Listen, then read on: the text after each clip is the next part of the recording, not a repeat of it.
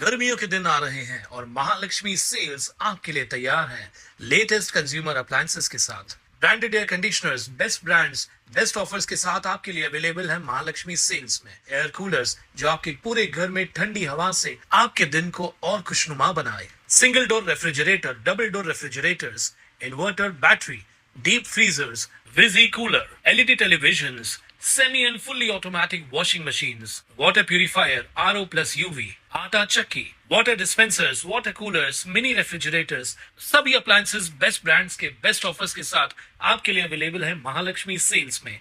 कल्याण पश्चिमेतील पारेकरवाडी परिसरातील रचना रॉयल इमारतीत राहणाऱ्या विवाहित मुलीची हत्या करून फरार झालेल्या वडिलाला बाजारपेठ पोलिसांनी अटक केली आहे।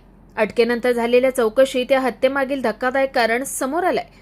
पोलिसांच्या माहितीनुसार विनोद वसईकर यांनी 3 दिवसांपूर्वी आपली मुलगी गायत्रीची धारदार शस्त्राने हत्या केली होती। लग्नानंतर ती माहेरी आली होती।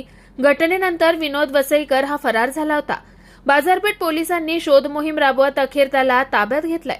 तपासात अतिशय धक्कादायक माहिती समोर आली आहे। गायत्रीने कुटुंबाच्या इच्छेविरुद्ध जाऊन इतर जातीतील तरुणाशी प्रेमविवाह केला होता। याचाच राग विनोद वसईकर यांच्या मनात कायम होता। त्यांनी मुलीसाठी 2 वेळा साखरपुड्याची तयारी केली होती, मात्र गायत्रीने ते प्रस्ताव नकारले होते। त्यानंतर तिने प्रेमविवाह केला। घटनेच्या दिवशी दुपारच्या जेवणानंतर वडील आणि मुलगी यांच्यात या विषयावरून पुन्हा वाद झाला। हा वाद इतका विकोपाला गेला की संतापाच्या भरात विनोद वसईकर यांनी धारदार शस्त्राने गायत्रीवर हल्ला केला।